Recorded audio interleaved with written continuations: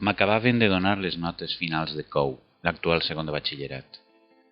Havien sigut molt bones, però no n'estava content. M'espantava una altra cosa, i no era precisament la recentment implantada selectivitat que jo havia de superar al cap de 2 setmanes, no era això.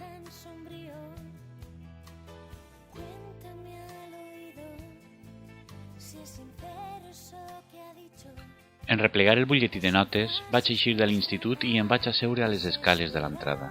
Pensatiu i encara llarga, em vaig preguntar, i ara què? Fins avui no m'he plantejat què vull reestudiar realment, quina professió vull exercir. Vaig repassar les aficions que tenia, les vocacions que havia mostrat de més menut. Només en recordava 3.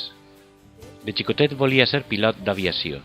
Havia viatjat amb avió moltes vegades i sempre tenia un aeroplà per a jugar sobrevolant els indis i els vaquers, per a llançar-lo a l'aire. Un amic íntim de la infància en qui jugava a la guerra i dissenyava submarins i coets, l'ésser humà acabava d'arribar a la Lluna, sí que es va convertir en tècnic d'helicòpters. Ho tingué molt clar, anar a estudiar a una acadèmia de l'exèrcit i es feu militar. A 5è de primària em vaig passar a la medicina. Els Reis Mags em van portar a aquell curs una anatomia humana desmuntable i amb ella vaig aprendre el nom dels ossos, músculs i vísceres. Les ciències naturals se'n donaven bé. L'amic de classes amb qui jugava aquell any ha acabat sent un metge famós a Bilbao. Als 13 anys, el meu interès es va relacionar de manera abstracta amb els mitjans de comunicació. Jugava a ser locutor de televisió, de ràdio, llegint notícies, o bé feia fotos als familiars amb la lleixica del pare. Fou la meva primera càmera i vaig aprendre a fer-hi fotos. Composició, profunditat de camp, velocitat d'obturació. Em va apassionar la fotografia, però no la vaig veure com una professió, sinó com una afició. El meu problema, allà assegut a les escales de l'Insti, era que no tenia encara res clar, però calia ser pràctic, doncs. Havia tret unes notes excel·lents en les assignatures de llengües. Castellà, grec, llatí, francès. Podia, aleshores, llaurar-me uns estudis per aquest camí, la filologia. Després veuríem les eixides professionals. Em vaig alçar de les escales i anar directe cap a casa per a comunicar al pare la decisió. «I què és la filologia?», em preguntà. «L'amor per les llengües, estudiaré llengües», li vaig explicar. «Planteja't si no és millor estudiar dret i esdevenir registrador de la propietat. Podries treballar amb mi», m'aconsellà. Evidentment, ni se m'havia passat pel cap. No em veia ni de bon tros ficat en un despatx, inscrivint tot el dia finques, cases, herències. Per molt apassionant que fos per a mon pare, a mi em semblava avorridíssim.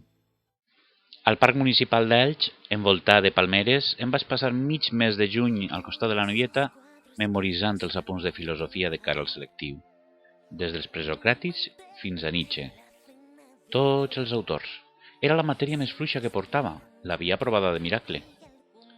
Aprovarem la selectivitat tots els alumnes de l'Insti amb bona nota. Va eixir en la premsa, fins i tot. Així és que 2 companys de classe i jo vam decidir venir a estudiar la carrera a València, a 175 quilòmetres d'Elx i a 3 hores i mitja d'autobús en aquells anys. 5 anys d'estudi i de viatges. Però què pensaria d'això el pare? Al cap i a la fi, ell havia de posar els diners i podria vetar la decisió amb l'argument que Alacant oferia també la carrera que jo volia. En realitat, només es podien cursar els 3 primers anys i s'havia d'acabar a València. Així doncs, feren comptes i van comprovar que seria factible per a la família econòmicament. Amb 15.000 pessetes al mes, 90 euros d'avui però no amb el mateix valor, vaig poder viure bé el primer any a València. Lloguer d'habitació, menjar, transport i poc més. Sí, la vida era barata i el preu de la matrícula a la uni també. A pesar d'això, a tercer de carrera vaig començar a treballar fent classes de valencià a gent nouvinguda de Torrent per al Centre Carles Salvador. Els diners no foren tant per a pagar-me els estudis com per a crear una revista cultural en valencià amb altres companys, La Rella. 31 anys més tard es continua publicant a Elx i jo me'n sent bastant orgullós. Aquesta circumstància i el fet que a febrer de 1983 la Generalitat havia introduït la nostra llengua a l'ensenyament em va espentar definitivament a prendre la gran decisió per al meu futur, esdevenir professor de secundària.